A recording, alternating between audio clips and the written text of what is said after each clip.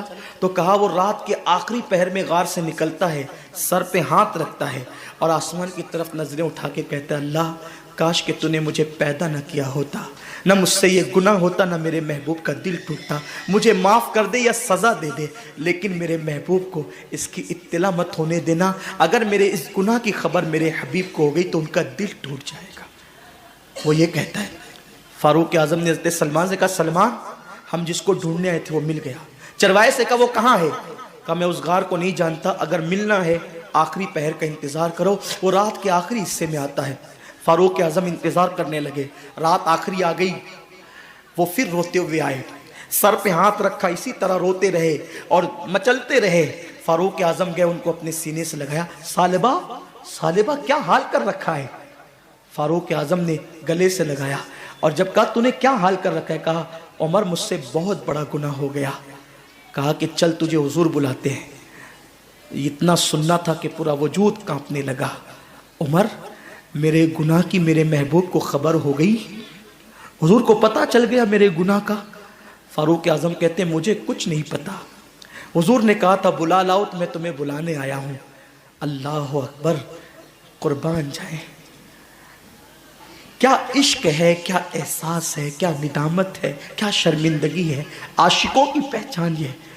آج تو جب ہمارے درمیان یہ بات بیان ہوتی ہے نا کہ قبر میں ہم حضور کی زیارت کریں گے، میری قوم نعرے لگاتی ہے، عاشقوں کا کلیجہ منہ کو آتا تھا یار کہ قبر میں حضور کی زیارت ہوگی، حضور کا سامنا ہم کیسے کریں گے؟ اتنے پاپ کرتے ہیں، حضور کا دل دکھاتے ہیں، حضور کو اذیت پہنچاتے ہیں۔ اگر حضور کا سامنا ہو گیا اتنے قریب سے، 2 گز زمین ہے، حضور کا اتنے قریب سے سامنا ہو گیا اور حضور نے یہ فرمایا غدار عشق کا میرے دعویٰ کرتا تھا اور یہود و نصارہ کے طریقے پہ زندگی گزارتا تھا اور منہ پھیر کر کے چلے گئے، بتاؤ کہاں جاؤ گے؟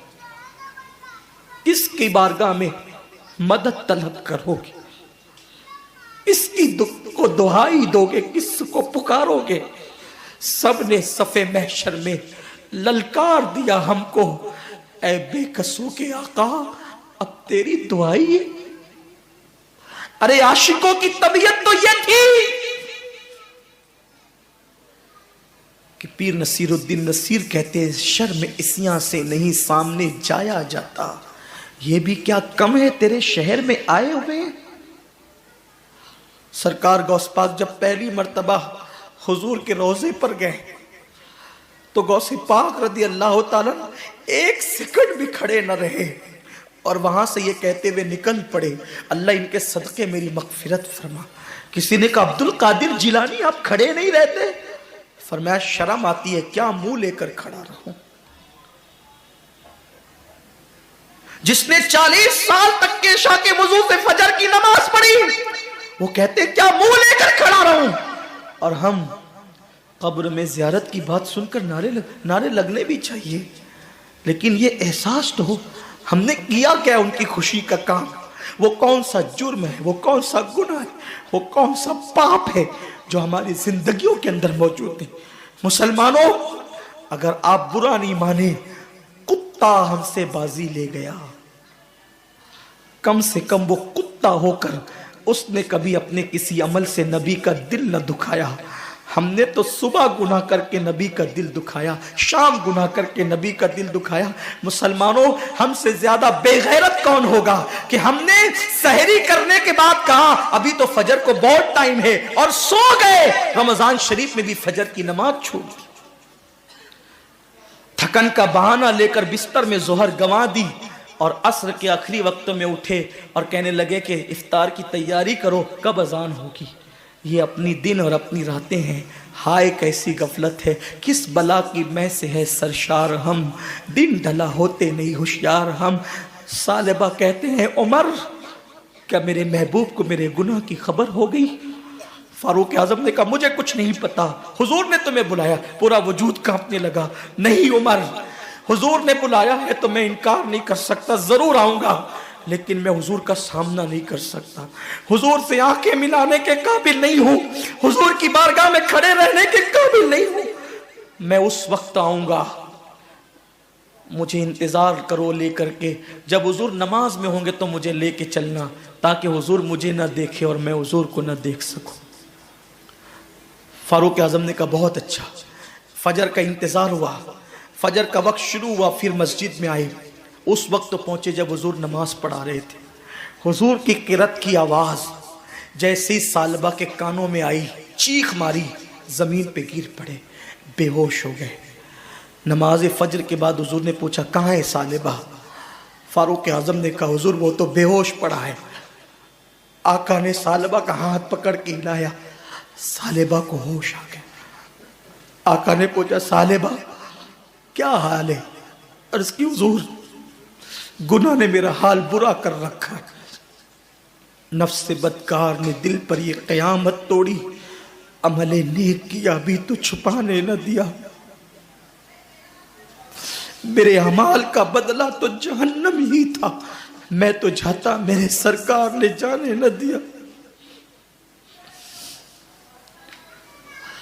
میرا برا حال ہے آقا گناہ سے۔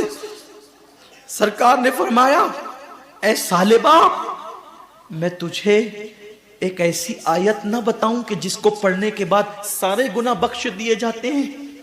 ایسی آیت نہ بتاؤں؟ ثعلبہ نے کہا حضور بتائیں۔ فرمایا جو کہتا ہے ربنا آتنا فی الدنیا حسنہ وفی الآخرۃ حسنہ وقنا عذاب النار، جو یہ آیت پڑھتا ہے اللہ اس کے سارے گناہوں کو بخش دیتا ہے۔ ثعلبہ نے کہا مگر آقا میرا گناہ بہت بڑا ہے، ایک نہاتی ہوئی عورت پر نہ چاہتے ہوئے نظر پڑ گئی اور پہلی نظر پھیر لی، اتنا احساس ہے گناہ کا۔ میرے جوان تیری آنکھوں کا کیا ہوگا؟ تو نے تو زنا کے مناظر پوری پوری رات دیکھ کر کے گزارا، تیری آنکھوں کا کیا ہوگا؟ تو نے تو نامحرم عورتوں کے کندھوں پہ ہاتھ رکھ کر پارکوں کی سیر کی، تو نے تو فون پر لمبی لمبی گفتگو کر کے لڑکیوں کو زنا کی دعوت دی۔ اسی لیے پیدا ہوا تھا انسان، اسی لیے قدرت نے ہمیں پیدا کیا تھا۔ اور کب تک گناہ کریں گے؟ جوانی کب تک رہے گی؟ طاقت کب تک رہے گی؟ جیسے ہی ثعلبہ نے یہ بات کہی نا آقا مگر میرا گناہ بہت بڑا ہے، آقا نے کہا ثعلبہ تیرا گناہ بڑا نہیں، اللہ کا کلام بڑا ہے۔ روتے ہیں ثعلبہ حضور میرے گناہ کی آپ کو خبر ہو گئی؟ حضور نے کوئی جواب نہ دیا۔ کیوں؟ اس لیے کہ آج جو عیب کسی پر نہیں کھلنے دیتے کب وہ چاہیں گے میری حشر میں رسوائی ہو۔ ثعلبہ رو رہے ہیں، آقا نے کہا لے جاؤ سلمان ان کے گھر پہنچا دو۔ حضرت ثعلبہ ابن عبد الرحمن کو ان کے گھر پہنچایا گیا، 8 دن رہے، پھر بھی مسجد نبوی میں نہیں آئے، رونا رونا رونا، اللہ میرے گناہ کی میرے محبوب کو خبر مت ہونے دینا ورنہ دل ٹوٹ جائے گا۔ کفار کے پتھر محبوب کے دل کو اتنی تکلیف نہیں پہنچاتے، عاشقوں کے گناہ جتنی تکلیف پہنچاتے ہیں۔ ثعلبہ رو رہے ہیں۔ 8ویں دن حضور نے پوچھا سلمان میرے ثعلبہ کا کیا حال ہے؟ تو سلمان نے کہا حضور ایسا لگتا ہے کہ وہ زیادہ دن تک نہیں جی پائے گا، بہت برا حال ہے آقا اس کا، بہت برا حال ہے۔ سرکار نے کہا چلو اس کے گھر چل کے اس کی حوصلہ افزائی کرتے ہیں، اس کو مغفرت کا پروانہ سناتے ہیں۔ سرکار ثعلبہ کے گھر گئے، کریم آقا نے سرے بالی انہیں رحمت کی ادا لائی ہے، حال بگڑا ہے تو بیمار کی بن آئی ہے۔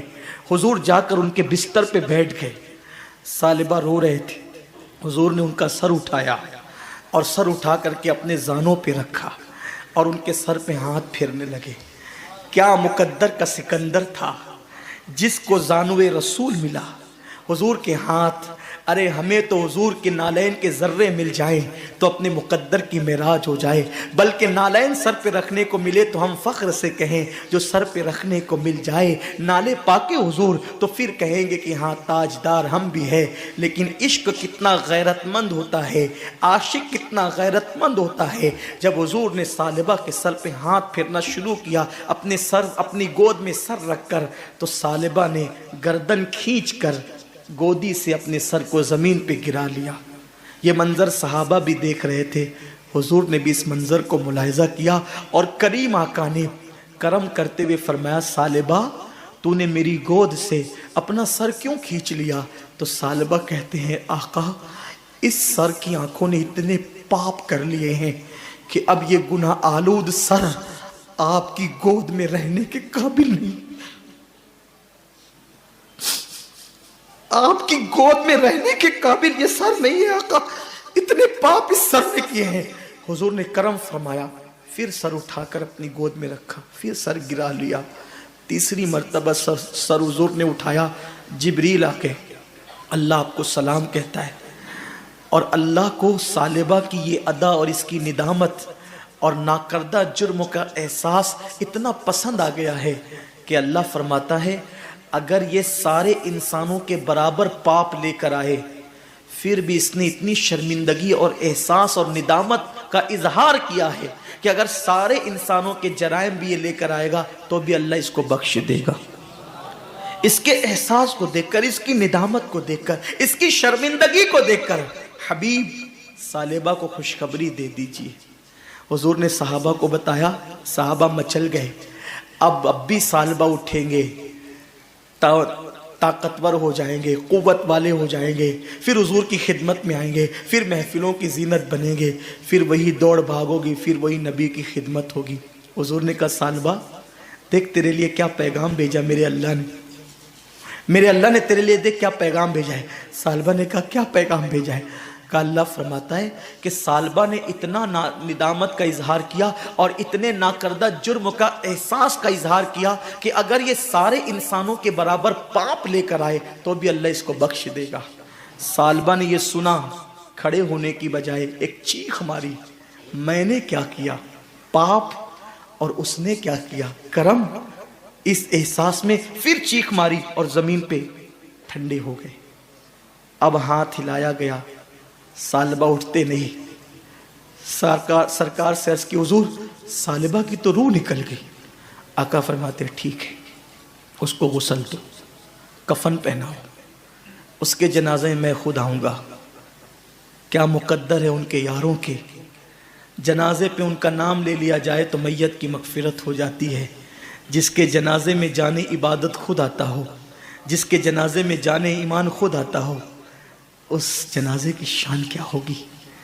لیکن گناہ کا احساس انسان کو کتنا بلند کر دیتا ہے۔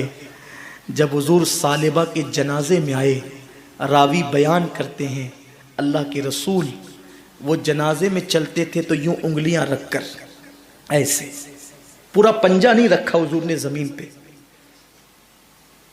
اے گناہ کرنے والوں آؤ، ہم سب گنہگار ہیں، احساس گناہ اپنے اندر پیدا کر لو، کتنے مکرم، کتنے مقرب اور کتنے محترم ہو جاؤ گے۔ اللہ کے حبیب نے اس جنازے میں شرکت کی لیکن زمین پہ پیر نہیں رکھا، تلوے نہیں رکھے۔ میرے آقا صلی اللہ علیہ وسلم نے انگلیاں رکھی اور انگلیاں رکھ کر حضور احتیاط سے چلتے تھے۔ کسی دیکھنے والے نے عرض کی میرے ماں باپ آپ پہ قربان، حضور پہلی مرتبہ اس احتیاط سے انگلیاں رکھ کر چلتے دیکھ رہے ہیں۔ آقا فرماتے ہیں ثعلبہ نے نہ کردہ جرم پر اتنا احساس اور ندامت کی ہے کہ اس کے استقبال کے لیے اللہ نے آسمان کے فرشتوں کو زمین پہ بھیج دیا ہے، اور اتنی بڑی تعداد میں فرشتے زمین پر آئے ہیں کہ مدینے کی زمین پر پیر رکھنے کے لیے جگہ نہیں ہے۔ جو نہیں دیکھتے وہ تو قدم رکھ رہے ہیں، لیکن میں تو دیکھ رہا ہوں، میں قدم کیسے رکھوں؟